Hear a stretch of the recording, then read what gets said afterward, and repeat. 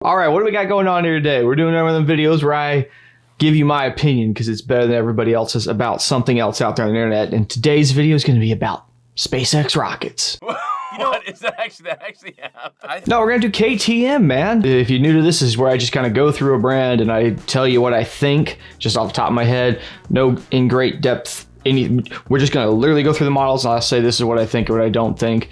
And assume that people care about that because I'm a YouTuber. Also, this is good timing too because it's crap weather. My project bike is still, I think it's on the Ever Given. I don't know.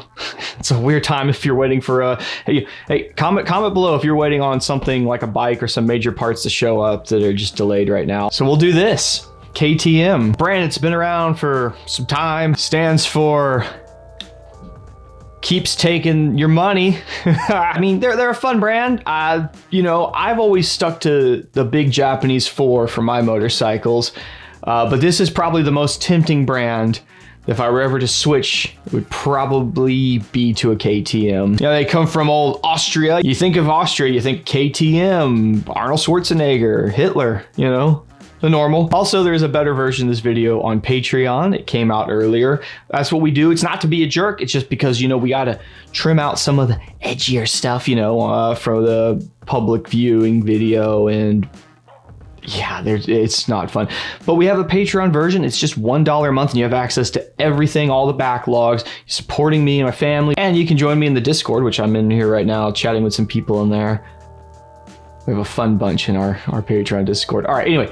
To the video, KTM, undisputed. Let's go right into the MX stuff because that's what they do a lot of, right? There's a lot of haters on the WP suspension, but I feel like it's just like non-KTM Husky people because I think the WP suspension is actually really good. I do like that they have a 350 four-stroke that's like fully set up for racing. I know there's been talk about that, possibly going to like a 350 something class at some point. The 350 motor is a dual overhead cam, and I think some of the other ones are like a uni cam. Coming with lithium batteries, that's a good idea. Pretty much everyone's gone this route. They don't even come with kickers. I mean, I don't even know if there's a place to add one on this bike.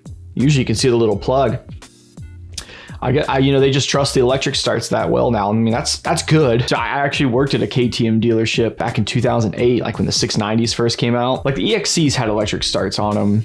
And they were like normal, you know, but then there was like this kind of sideways one on some of the two strokes. And it was, you weren't really meant to use it all the time. I thought it was kind of funny. It was like, no, there was still a kicker on there and you really should use the kicker. The electric starts like if you're in a weird, like, you know, you're halfway up a hill and you're crashed and you need to start it. They did not want you using it like all the time. Obviously that's changed. That's good. Compared to the Japanese bikes, I feel like most of these bikes though, they're a little lighter, maybe a little more higher end components. You pay a little more for them. And in general, they're just not quite as, you know, reliable. They've gotten a lot better. I mean, they really aren't like as finicky as they used to be. Not give me the weight in kgs. I don't know what that even is. That kilograms? Let's look at the enduro. See all these two strokes, how they say all of them but the small swing. See how they say TPI? What that is, transfer port injection. You see, that's an injector and that's an injector. There's one on either side of the cylinder. That's right where the transfer ports come up. It's meant so you don't have as much unburnt fuel running out the exhaust port, which is just, you know, inherently is going to happen on a two-stroke. Makes them a little more clean. It's pretty neat technology there. You don't have to pre-mix. 350 EXC, the four strokes. This is a really good bike right here. I've ridden the older version of this in Hawaii. I loved it. It's a great balance. The 350 is such an awesome bike there. God, that price is a lot though. $11,200. You're gonna be like 12 out the door. There's no way. You probably actually be closer to 13. The stock blinker, I wonder if they've ever fixed this. The exhaust would melt the turn signal. Like, I don't know how they didn't know it was a problem. They put like this little piece of like reflective tape on it, like heat tape. It's like it didn't do anything. We would sell those bikes. People would literally come back after like one weekend with them, you know, having them. And their turn signal's like this melted glob. It's gone, and they're like, all right, we'd slap another one on, and I guess they're just hoping you'll like replace that system with like a more whatever condensed one or integrated turn signals. And I swear I don't think they've ever fixed it. I mean, if you look right here, look at where this exhaust is aiming, right into that turn signal.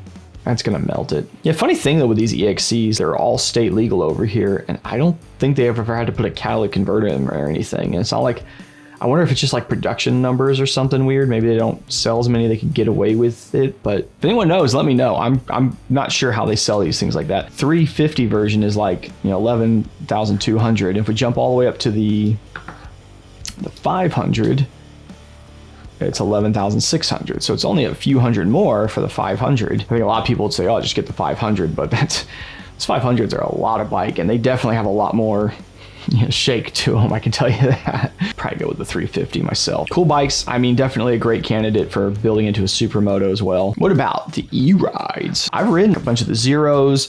I've ridden the Alta briefly when those were around. I've never ridden one of these things. Electric bikes are typically, they're actually fun. They're fun for the brief moments I'm out ripping around on them, because I'm not having to worry about, you know, range anxiety or like how long it's going to take to charge, blah, blah, blah. Like, I'm never having to think about that. And I'm sure this bike is fun. I'm sure it's very zippy and rips up wheelies. It's probably a good bike. I wonder how long the range would go on it. 75 minutes for 80% charge. I don't know for sure if this is still the case, but I know it used to be with this bike that, let's say you bought it like 10,000 or whatever, you have to rent the battery like at a monthly rate from KTM. Now, I guess on the one side, if the battery ends up, you know, getting to a point where it's not holding a good charge anymore, or they come out with a newer battery, I guess they would swap it out for you.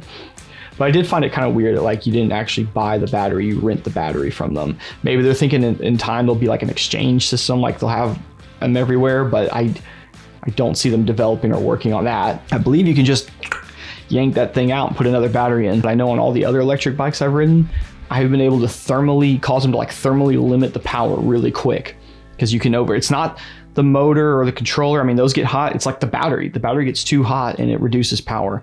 I've seen it on every Zero. I've seen it on the Alta. So the problem with having a quick swap battery is trying to run coolant through it. I mean, you could do it, but it's going to be trickier. I think they need to cool the battery. I think they're going to have to do that. They're a neat concept, but I think at this moment still, you're buying something like more of a novelty, or just you're definitely being an early adapter, and I'm not there yet. Let's go down here at the bottom. Let's start down here at Super Sport, and we'll work our way back up. So Super Sports here, the 390. I've been on the Duke 390. I've never been on this thing. I assume it's very similar. 5,500. It's honestly not a bad price. I think it's because they're made in India, aren't they? Like, I'm asking like you're gonna reply. Comment below. Moto America, they've got one of their race series is like the smaller bikes, and it's almost all Ninja 400s. That's like what dominates it. You know, I guess that's probably like the top bike that's allowed in it. But the guy that won the race, the first race of the season, I saw was on an RC 390 here. The front end is this bike is a little funny looking to me. Where's a good picture of this bike? Their website is kind of a weird setup here. If you look here, like when you get down here, like the technical specs, they do show all. That is not nearly enough technical specs. I also wanted to see a good picture of the front of it and show you, because I think it's kind of an odd looking bike, but you know what? I guess we don't get to do that. I've actually felt like numerous times I've been trying to look up some specs on a KTM, and you have to like just Google search it and find it out, because they don't seem to put stuff up here very good. And that's the only Super Sport they have. Nakeds. Wait, there's a Duke 200. Well, look at that little thing. $4,000. Here's your 390 Duke. And you know, the thing about it, what makes me think about these is I wish they'd make a 390 Supermoto, you know, dual sport bike that was like in the $7,000-8,000 range. It doesn't have to have the top end components. It could, you know, the person buying that bike is not trying to go enduro, you know. I feel like all their like enduro off-road bikes are like built so that you can like competition with them. I know they're like KTM ready to race, but there's like a lot of us just want to, you know, ride down dirt roads around our house and go do dank nooners. And they need a affordable bike for that. They've got bikes that'll do that. It's like they do it like with like the Rage and all this. It's like, just make a simple, cheap one. I bet that would sell so good. I bet that would be like literally, they would probably sell more than their entire lineup. A little 390 though, I bet this is a fun little bike. I like it. Looks like a little hooligan machine. I need a motard version. 2021. 890. When the 790 first came out, you know, they never done a parallel twin, and it was clearly like going after the bike I have, the FZ MT-07. It's $12,000 for this bike, and it's probably worth it. But that's the thing, is like you made a better version of the MT-07. For sure you did, but that's like a $7,000 motorcycle. So you're like in a whole different class there. And I don't know how well these have done for them. I mean, everyone I've heard that's had one says they're really exciting. I've also heard from numerous people who have this or one of the other different mills of this engine. I've heard there's some issues with this engine, some leaky oil, some I know from somebody who's had to get it rebuilt twice and then just gave up on it after the second time. They said, I think they made the dealership buy it back, and they now have a Tanneray 700. And this person wasn't some dingus. They know what they're doing. So yeah. And that kind of gets back to some of the stuff I was saying before. Is like the KTMs, price and reliability aside, they build the you want. They build the cool bikes. The issue of money and reliability. Also, they screwed this bike up bad too. Anyway, the 790, the concept. Oh my God, I knew it wasn't gonna look exactly like it, but Jesus, they kind of missed the mark there. They should have made, if they had made that thing look anything like the concept, they might have gotten me with that. That might have gotten me to switch sides. The 1290 Snowcat bike. It's KTM, they're more reliable than Ducati. Snowcat can tell you about that. Such a beast, such a juggernaut of a bike. The only naked street bike I could think of, it would be more ridiculous than this would be like the Kawasaki H2, the naked one. Why do they call it a 1290? It's a 1301 cc. Something too with KTM. They continued over with their Husky brand, is naming bikes very, very specific numbers. They're like engine size numbers, like have to do with the model name of the bike, but it's actually not that. It's something else. I've not really heard too many people having issues with these engines. It says right here, if it ain't broke, don't fix it. Well, if it is broke, why don't you fix it? Because not with this engine, but KTM, you can't say if it ain't broke, don't fix it, because you've had a lot of things that were broke for years, especially with the 690. The headlights on these things, I can't decide if I like that or hate it. Yes, titanium valves, so that cost you at least $100 a piece if you ever have to replace them. Maybe one day. It's a cool bike. Let's go to travel. Oh yeah, like the 390 Adventure. I went and saw one of these and I thought, wow, this is actually really light. This is probably a fun bike to ride. It'd be kind of neat if they made an R version with some wire wheels and a tall fender. The adventure bike segment's like been really taken off in the last year or two. There's so many people that could probably get this bike. It would do everything they would need. It's light enough. It's got enough power.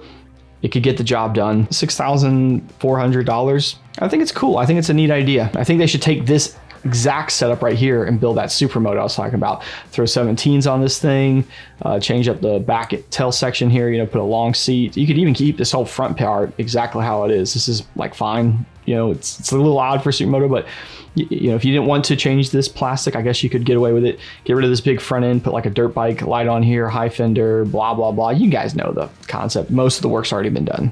Come on, KTM. 890. They were smart because they beat Yamaha to the game. Yamaha talked about the Tanneray 700 for so long that KTM was able to come to the market before them with a bike that's probably, again, a better bike, but again, a bike that's, what is this, $14-something thousand. It's an R Rally.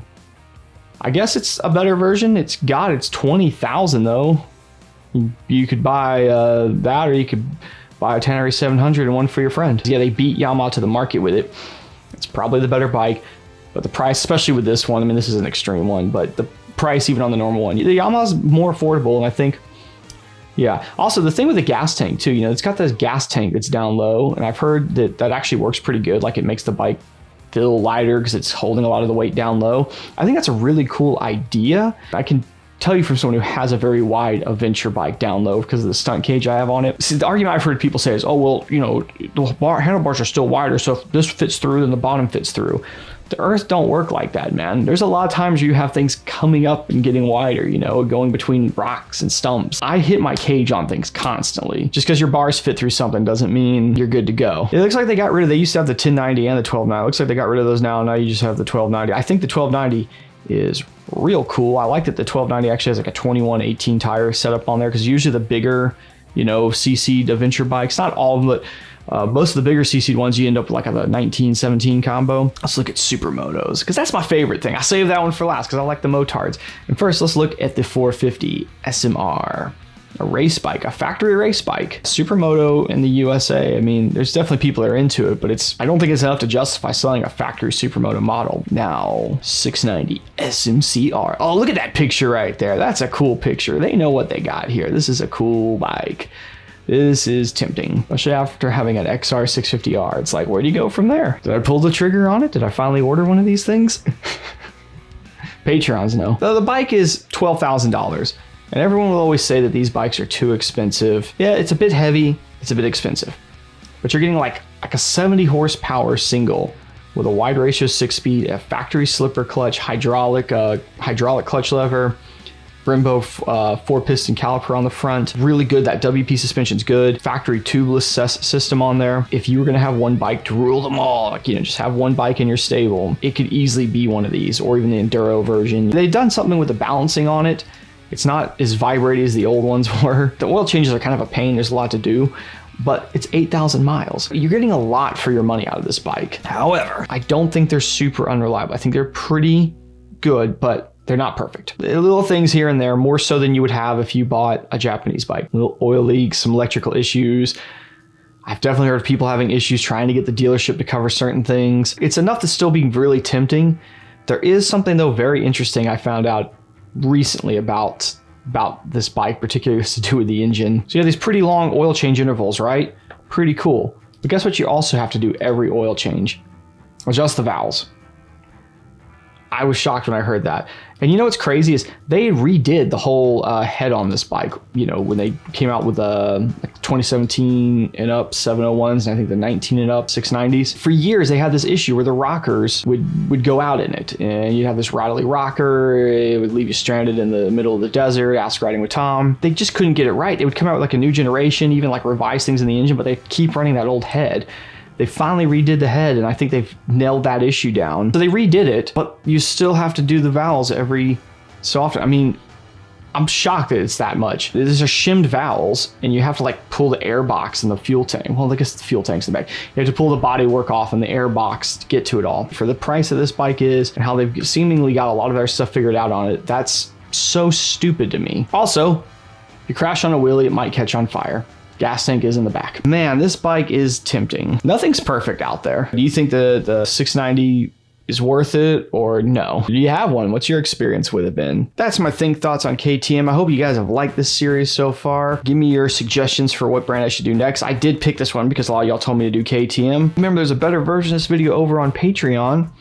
Let me know if you're liking this series so far and hearing Jake's dumb thoughts on things as if he knows more than anybody else. Otherwise, that's the end of the video. Or is it? Bonus round, we're doing SpaceX. Okay, first of all, Starship is still in development. Actually got one to not blow up when it lands, but this is still a prototype. Let's start with the OG, the one that we all know about that lands itself, the frickin' Falcon 9. 116 launches, total 176 landings now, 49 reflown. What's the leader right now? Isn't there one that's been used like 10 times or something crazy? This is a way better website than KTM. Man, them engines are nuts.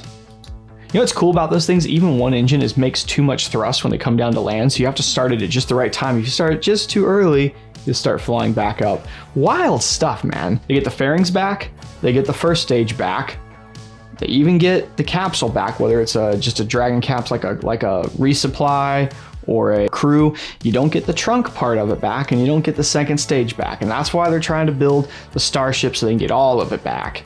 You know, they not only want to get it all back, they want to rapidly reuse it. And you know, you look at the price difference between this and like something like the Shuttle, and it's massive. It's a cool rocket. I love that that's like their, you know, their main one here. You got the Falcon Heavy. What's the Falcon Heavy? It's kind of redneck if you really think about it, but I love it because it's like, let's take that thing that already worked good and we'll slap two more on the side. Bing, bada, boom. It's awesome. Everyone knows. I mean, look, these numbers are way better. Good stuff, man. And he put his car into space. And of course, you got Dragon. Dragon is your one that takes people and stuff. People and stuff, man. You got stuff, you got people, you want to get them to low Earth orbit? We got you covered, man. Cheapest seat in town, and they're good seats too. Look at them. You got that versus the Soyuz.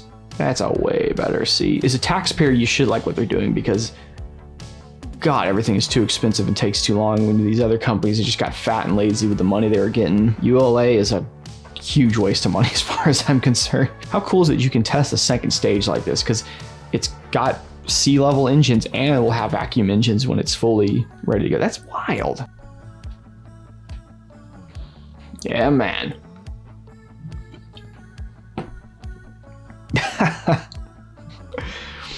That's bizarre looking. It's gonna be wild when that thing re-enters the atmosphere like that at like orbital speed with big fireball coming off of it. I never thought they were gonna be able to the flip thing. The flip thing to me is bizarre. Like it's coming, and it goes whoosh, whoosh, and comes down. Like I didn't think they were gonna be able to do it when they first talked about it. And I was like, no. This one I do want to say was a little on fire. It's a little on fire. It didn't blow up though. It's a little on fire at the end there. Look at this little fire hose right here. It's like, oh God. He's blasting it.